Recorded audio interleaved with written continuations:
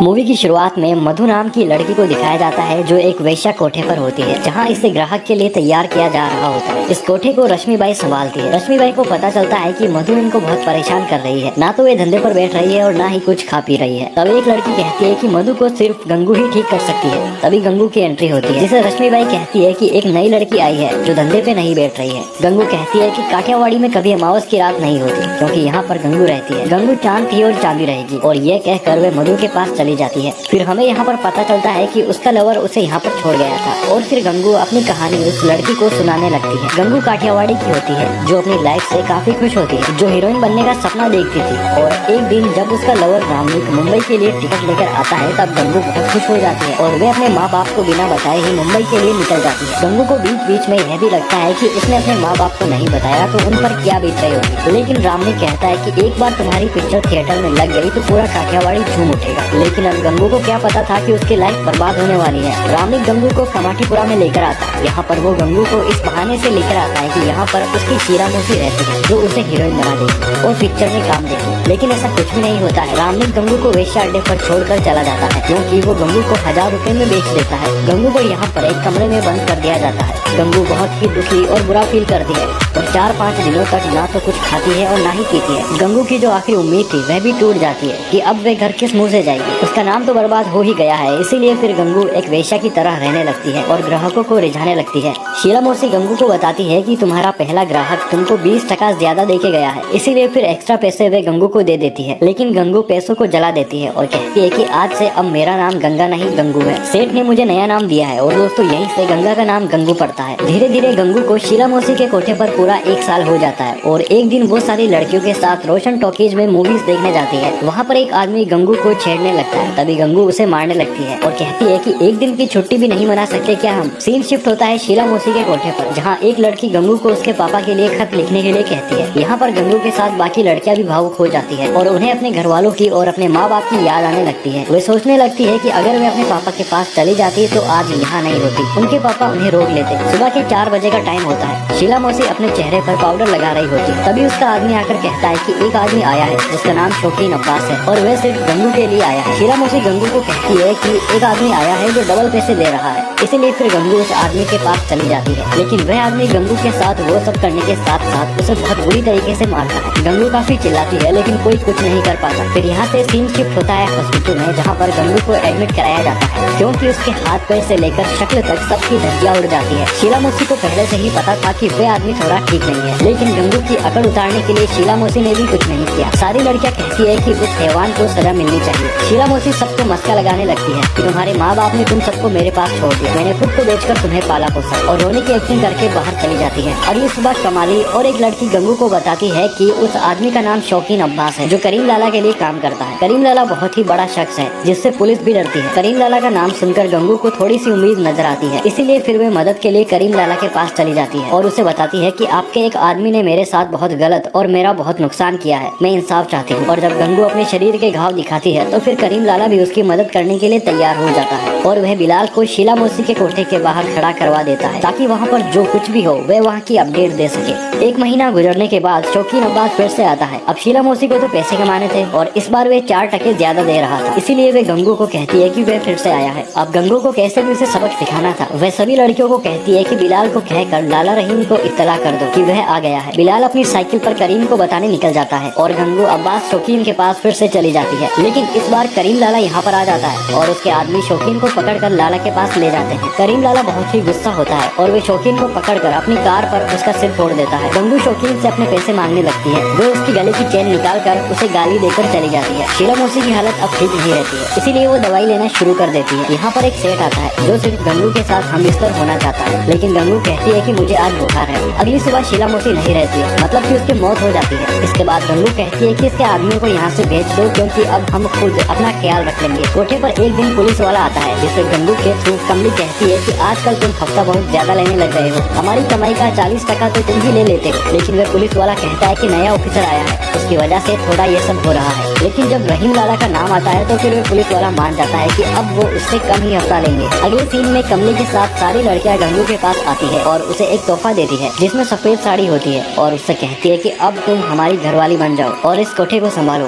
ये कहते हुए गले लग जाती है और फिर गंगू को यहाँ से गंगूबाई बन जाती है। प्रेजेंट में गंगूबाई मधु को 2 ऑप्शन देती है, एक तो उसे कोठे में रहने का और एक मरने का, लेकिन मधु मरने का ऑप्शन चुनती है। इसीलिए फिर गंगूबाई मधु को यहाँ नहीं रखती है और अपने साथ ले जाती है और अपने आदमी को कहती है कि वे मधु को इसके गांव छोड़ दे। इसके बाद टेलर चाचा आते हैं जो कुछ साड़ियाँ लाते हैं और साथ ही गंगूबाई के ब्लाउज का नाप लेने भी। लेकिन इस बार उनके साथ जवानी भी आती है, कि एक लड़का आता है जिससे गंगूबाई की नजर ही नहीं हटती। टेलर चाचा बताते हैं कि अब से आपके ब्लाउज की साइज और साड़ियों का काम यही संभालेगा। उस लड़के का नाम अफसान रज्जाक होता है, जिसे गंगूबाई रज्जाक साहब कहने लगती है, जो रोज गंगूबाई को देखने उसके घर के नीचे आ जाता है। इसके बाद इशारों में बातें होना शुरू हो जाती है और धीरे धीरे अफसान रज्जाक गंगूबाई के बहुत करीब आ जाता है और गंगूबाई को कमाटीपुरा में घुमाने भी ले जाता है। इलेक्शन सर पर होते हैं और इस बार के इलेक्शन कैसे भी गंगूबाई जीतना चाहती है, लेकिन जब रहीम हफ्ता लेकर आता है तो हफ्ता बहुत कम मिलता है। इलेक्शन में बहुत खर्चा होने वाला होता है, इसीलिए रहीम बताता है कि 2 साल से रजियाबाई यहाँ की प्रेसिडेंट है और उससे जीतना नामुमकिन है। लेकिन गंगूबाई को विश्वास होता है कि वे इलेक्शन जरूर जीतेगी। ईद होती है, इसीलिए गंगूबाई करीम लाला के पास सवैया लेकर पहुँचती है, लेकिन यहाँ पर वे पैसों के लिए आती है। इलेक्शन में बहुत पैसे चाहिए होते हैं। रहीम लाला कहता है कि कितने पैसे चाहिए। तब गंगूबाई कहती है कि काठियावाड़ी में आपका जो शराब का धंधा है वो मुझे संभालने दो। इस पर पहले तो रहीम लाला मना कर देता है, लेकिन जब गंगूबाई के नेक इरादे को वो सुनता है तो फिर करीम गंगूबाई को अपना बिजनेस पार्टनर बना लेता है और साथ में इसको एक नई कार भी देता है। दरअसल दोस्तों, गंगूबाई इलेक्शन जीत कर काठियावाड़ी की औरतों की जिंदगी बदलना चाहती है। अगर रजियाबाई इस बार भी जीत गई तो सारी काठियावाड़ी औरतों की जिंदगी बर्बाद हो जाएगी। अगले सीन में अफसान रज्जाक गंगूबाई का ब्लाउज लेकर उसके पास पहुँच जाता है। गंगूबाई नहा रही होती है। गंगूबाई को नहाते देख अफसान रज्जाक की आंखें खुली की खुली रह जाती है और वह कहता है कि आप बहुत खूबसूरत हो। और ये सुनकर गंगूबाई कहती है कि पहली बार मेरे सामने कोई मर्द बैठा है। बातों बातों में अफसान गंगूबाई को अपने प्यार का इजहार भी कर देता है। वह गंगूबाई से कहता है कि वह उनसे बहुत प्यार करता है और बदले में गंगूबाई भी कहती है कि वो भी, और फिर ये दोनों गले लग जाते हैं। गंगूबाई अपनी कार लेकर अफसान के पास पहुँचती है और उसे लेकर घूमने निकल जाती है। कार में बैठकर ये दोनों रोमांस वाली मस्ती करते हैं। रात हो जाती है और गंगूबाई फुल टल्ली होती है। तभी यहाँ रजियाबाई के आदमी आते हैं जो गंगू से कहते हैं कि रजियाबाई मिलने बुला रही है। गंगूबाई मना कर देती है और वो कहती है कि वह बहुत बिजी है। लेकिन जब रजिया का आदमी औकात की बात करता है तब गंगूबाई उसे मारकर भगा देती है। गंगूबाई के कोठे पर पुलिस रेड मार देती है। पुलिस वाले यहाँ पर रजिया के कहने पर आते हैं, लेकिन गंगूबाई पुलिस वाले को पैसे देकर उसका मुंह बंद कर उनको भगा देती है। अगले दिन जब गंगूबाई अपनी लड़कियों के साथ खाना खा रही होती है तभी वहाँ रजियाबाई आ जाती है, जो गंगूबाई को इलेक्शन में खड़ा ना होने के लिए मना करती है। वो गंगूबाई को इलेक्शन में खड़ा ना होने के लिए कहती है और साथ ही धमकी भी देती है, लेकिन गंगूबाई डरती नहीं है,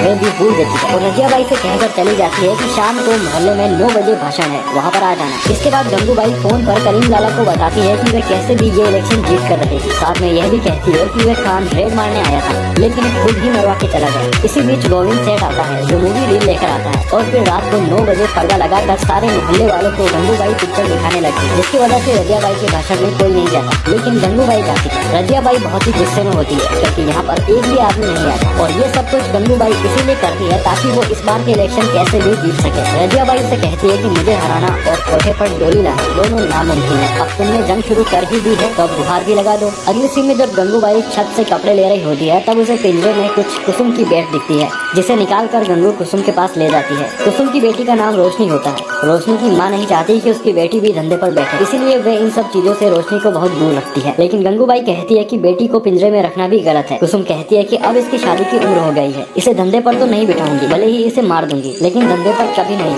तभी फिर गंगूबाई के दिमाग में एक आइडिया आता है। वह कुसुम की बेटी रोशनी का रिश्ता लेकर अफसान रज्जाक के घर पर पहुंच जाती है, लेकिन अफसान साफ साफ मना कर देता है कि उसे ये रिश्ता मंजूर नहीं है क्योंकि वे गंगूबाई से प्यार करता है। गंगूबाई भी उससे प्यार करती है, लेकिन ये सब कुछ वो इलेक्शन के लिए कर रही होती है। अगर गंगूबाई ने अफसान और रोशनी की शादी करा दी तो सारे मोहल्ले वाले उसे ही वोट देंगे, क्योंकि आज तक किसी कोठे पर किसी की डोली नहीं उठी। अफसान गंगूबाई से पूछता है कि ये क्या तुम्हारा आखिरी फैसला है? तब वे कहती है कि हाँ, फाइनल। इस बार के इलेक्शन जीतने के लिए गंगूबाई कुछ भी कर सकती है। वो अफसान से प्यार करती है, लेकिन वे अपने प्यार को कुर्बान कर देती है और अफसान की रोशनी से शादी करवा देती है। इलेक्शन का रिजल्ट आ जाता है और कमली गंगूबाई को बताती है कि तुम अब नई कमाटीपुरा प्रेसिडेंट हो। गंगूबाई सारी लड़कियों और महिलाओं को जिताने के लिए शुक्रिया अदा करती है और कहती है कि जितना प्यार आप लोगों ने मुझे दिया है उससे कई ज्यादा प्यार सूट समेत मैं आपको वापस दूंगी। और यहीं से गंगूबाई राजनीति में अपना पहला कदम रख लेती है और एक हिम्मत भरी स्पीच के साथ सारी लड़कियों और महिलाओं को खुश कर देती है। अगले सीन में गंगूबाई डेंटिस्ट के पास होती है। यहाँ वह सोने का दांत लगवाने आती है क्योंकि अब इलेक्शन जीत चुकी है और उसने ही सोचा था कि अगर वो इलेक्शन जीत जाती है तो वे सोने का दांत लगवाएगी। अगले सीन में गंगूबाई अपने घर पर फोन लगाती है और 12 साल बाद ये अपनी माँ से बात करती है। गंगूबाई काफी इमोशनल हो जाती है। उसकी माँ उसे बताती है कि उसके बाबा अब नहीं रहे। ये सुनकर वो बहुत दुखी हो जाती है, लेकिन बात करने के कुछ ही सेकंड बाकी होते हैं और फिर फोन कट हो जाता है। नवरात्रि का टाइम होता है और ये सब नवरात्रि की तैयारी में लगे होते हैं। कमली गंगूबाई को बताती है कि मेरा तीसरा महीना है और इस बार मैं अपने बच्चे को रखने वाली हूँ, कोई तो होना चाहिए मेरे लिए। नवरात्रि की रात के बाद गंगूबाई अपने भाई करीम लाला से मिलने जाती है, लेकिन लाला उसे वहाँ पर 2 आदमियों से मिलवाता है और गंगूबाई से कहता है कि 14 नंबर गली के पीछे जो स्कूल है उसके साथ मिलकर इसने पिटीशन तैयार किया है कमाटीपुरा को खाली करवाने का और तुम्हारा धंधा बंद करवाने का। लेकिन करीम लाला कहता है कि ये आदमी स्कूल की आड़ में एक बिल्डर के साथ मिलकर बड़ी बड़ी बिल्डिंग बनवाना चाहता है। राम लाला उस आदमी की बेइज्जती करके उसे भगा देता है, लेकिन वो गंगूबाई से कहता है कि बिल्डर को तो मैं संभाल लूंगा, लेकिन स्कूल वालों को तुम्हें संभालना होगा, ये तुम्हें कोर्ट कचहरी तक घसीटेंगे। गंगूबाई कहती है कि इन सब झमेलों में मुझे नहीं पड़ना। करीम लाला कहता है कि तुम्हें अपने डर को दूर करना होगा और कमाटीपुरा की औरतों के घर को उजड़ने से बचाना होगा। काफी दिन बीत जाते हैं। स्कूल वाले कमाटीपुरा को खाली करो, वेश्यावृत्ति बंद करो, गंगूबाई मुर्दाबाद ऐसे नारे लगाने शुरू कर देते हैं और वो ठान लेते हैं कि वे कैसे भी कमाटीपुरा को खाली करवा कर ही रहेंगे। फिर स्कूल के फादर को दिखाया जाता है, जिनसे एक रिपोर्टर मिलने आता है। तभी यहाँ पर गंगूबाई भी आ जाती है और वो भी अपनी लड़कियों के साथ। एक्चुअली गंगूबाई इस स्कूल में अपनी लड़कियों का एडमिशन करवाने के लिए आती है, लेकिन फादर मना कर देता है क्योंकि ये सब कोठी की लड़कियाँ होती है। लेकिन अब इतनी हिम्मत फादर ने कहा कि वह गंगूबाई को मना कर दे, इसीलिए उसे लड़कियों का एडमिशन करना ही पड़ता है। वो रिपोर्टर गंगूबाई से मिलने आता है, वह इंटरव्यू लेने के साथ साथ गंगूबाई की फोटो भी खींचता है। इसी बीच उसकी लड़कियां वापस आ जाती है। वह गंगूबाई को कहती है कि टीचर ने उन्हें मारकर भगा दिया। कमली की तबीयत बहुत ज्यादा खराब होती है, वह अब माँ बन चुकी है, लेकिन उसकी कंडीशन खराब होती है। गंगूबाई उससे कहती है कि वह जल्दी ठीक हो जाएगी और वह उसके बच्चे का ख्याल रखेगी। तभी अगले दिन कमली नहीं रहती, वह गुजर जाती है। अगले दिन गंगूबाई का इंटरव्यू वो रिपोर्टर मैगजीन में छपवा देता है, जिसे देखकर गंगूबाई काफी खुश हो जाती है और वह गंगूबाई से कहता है कि आजाद मैदान में एक रैली होने वाली है, जहाँ पर 400 से 500 लोग आएंगे और तुम वहाँ पर अपने हक की बात रख सकती हो। फिर गंगू उस मैदान में पहुँच जाती है, लेकिन जो रिपोर्टर ने उसे इस स्पीच में दिया था वो उसे फाड़ देती है और सब कुछ दिल से कहती है। सभी को कहती है कि हम भले ही वेश्या है, लेकिन समाज में हमें भी सम्मान अधिकार मिलने चाहिए,